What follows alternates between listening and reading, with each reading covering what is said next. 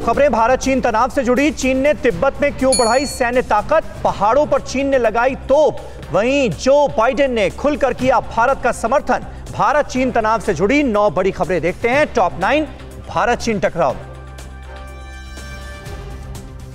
लद्दाख में एलएसी पर भारत और चीन के बीच तनाव को लेकर अमेरिका के डेमोक्रेटिक पार्टी के राष्ट्रपति पद के उम्मीदवार जो बिडेन ने बड़ा बयान दिया। बिडेन ने कहा कि अगर वो राष्ट्रपति चुने गए तो चीन के साथ टकराव में वो भारत के साथ खड़े होकर उनका मजबूती से समर्थन करेंगे। उन्होंने कहा कि भारत और अमेरिका के मजबूत गठबंधन से दुनिया और ज्यादा सुरक्षित होगी।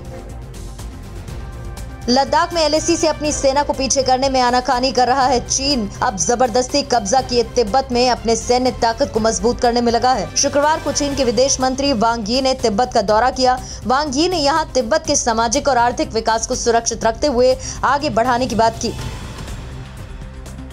भारत के साथ तनाव और दुनिया में अपनी सीनाजोरी को लेकर घिरता चीन लगातार प्रोपेगेंडा वीडियो के जरिए अपनी ताकत दिखा रहा है। चीन ने पीपल्स लिबरेशन आर्मी की 77वीं कोर के सैन्य अभ्यास का वीडियो जारी किया है। इस अभ्यास में पीएलए के जवान पहाड़ी इलाकों में इस्तेमाल की जाने वाली माउंटेड होविजर व्हीकल का इस्तेमाल किया है। वीडियो जुलाई के आखिरी हफ्ते का है।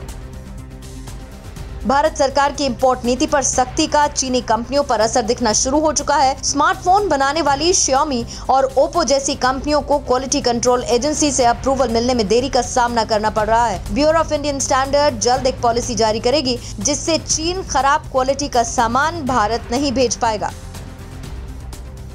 लद्दाख में भारत चीन टकराव के बीच बीजिंग में भारतीय राजदूत विक्रम मिस्री ने कहा है कि भारतीय चीन के साथ अपने देश में दोहरी चुनौतियों का सामना कर रहे हैं। एक तरफ जहां वो कोरोना महामारी से जूझ रहे हैं तो दूसरी तरफ सीमा पर अतिक्रमण से। उन्होंने आगे की चुनौतियों का मुकाबला करने के लिए नागरिकों को एकजुट होने की बात की।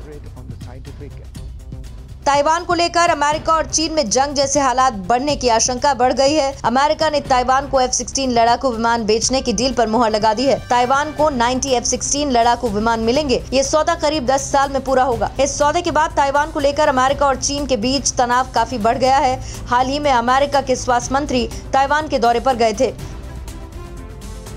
ताइवान और अमेरिकी गठजोड़ से बौखलाया चीन ताइवान पर हमले की साजिश रच रहा है। चीन की पीपल्स लिबरेशन आर्मी ताइवान के उत्तरी और पश्चिमी छोर पर लगातार सैन्य अभ्यास कर रही है। चीन ने ताइवान स्टेट के पास अपने पानी और जमीन पर चलने में सक्षम युद्धपोतों और फाइटर जेट की तैनाती की है। ताइवान के तट पर चीन ने करीब 40,000 सैनिकों की तैनाती कर दी।